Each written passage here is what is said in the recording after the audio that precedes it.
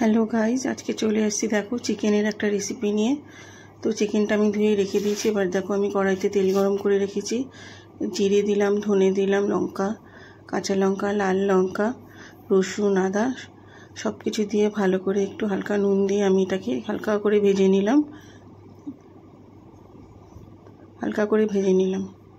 আজকে আমি এরমভাবেই করবো মশলাটা, গুঁড়ো মশলা দেবো না। একটা টমেটো দিয়ে দিলাম, মাংস বুঝে, যেরকম মাংস সেই বুঝে টমেটো দেবে। টমেটোটা দিয়ে আমি ভালো করে নাড়াচাড়া দিলাম।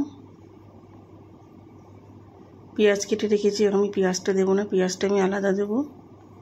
আর 2 পিস আলু ভেজে রেখেছি, ওটা আমি আগে ভেজে রেখে দিয়েছি। দেখো আমার মোটামুটি ভাজা হয়ে এসেছে। হালকা ভাজতে হবে, বেশি ভাজার দরকার হবে না। এটা ভাজাটা হচ্ছে, দেখো এটা আমি একদম ঘরোয়া রান্না।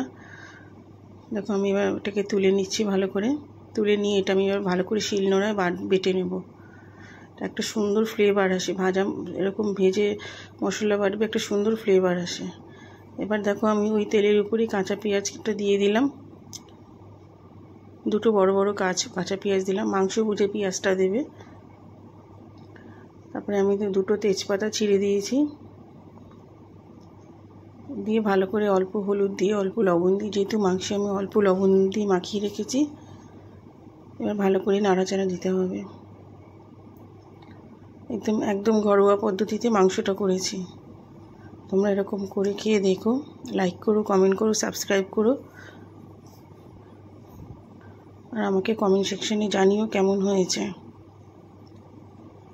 এইভাবে কিছুক্ষণ নাড়াচাড়া দিলাম। এবার আমি দেখো মাংসটা ধুয়ে রেখে সেই মাংসটা আমি তেলের উপরে দিয়ে দিলাম। পেঁয়াজটা আমি পুরো ভাজবো না, পেঁয়াজটা আমি হাফ ভেজে নেব। তার উপরে চিকেনটা দিয়ে ভালো করে কষিয়ে দেব। এইভাবে ভালো করে কষাতে হবে কিছুক্ষণ। তারপরে একটু আমি ঢেকে রাখলাম। এই দেখো ঢাকা হয়ে গেছে। এবার আমি ভাজা আলুটা দিয়ে দিলাম। ভাজা আলুটা দিয়ে একটু নাড়াচাড়া দিতে হবে। এবার দেখো ওই মশলাগুলো আমি বেটে তুলে রেখেছি, সেই মশলাটা আমি ভালো করে বেটে দিয়ে দিলাম। একটু কালার দিয়ে দিলাম, কালারটা হওয়ার জন্য। একটু কালার না হলে ভালো লাগে না মুরগির মাংসে। মশলাটা যেহেতু আমি ভেজে নিয়েছি, সব জিরে ধনে সব ভেজে নিয়েছি, আর যেহেতু মাংসটা আর পেঁয়াজ দিয়ে আমি আগে কষিয়ে নিয়েছি, এই জন্য মশলাটা দেওয়ার পরে আমি 7 থেকে 8 মিনিট কষিয়ে নেব ভালো করে। দিয়ে তারপরে দেখো আমি জল দিয়ে দিলাম, যতটা জল লাগবে সেই বুঝে জল দেবে।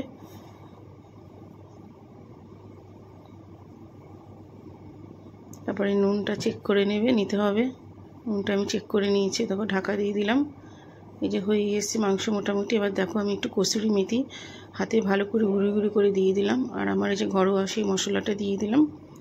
দেখো আমার চিকেনটা হয়ে গেছে।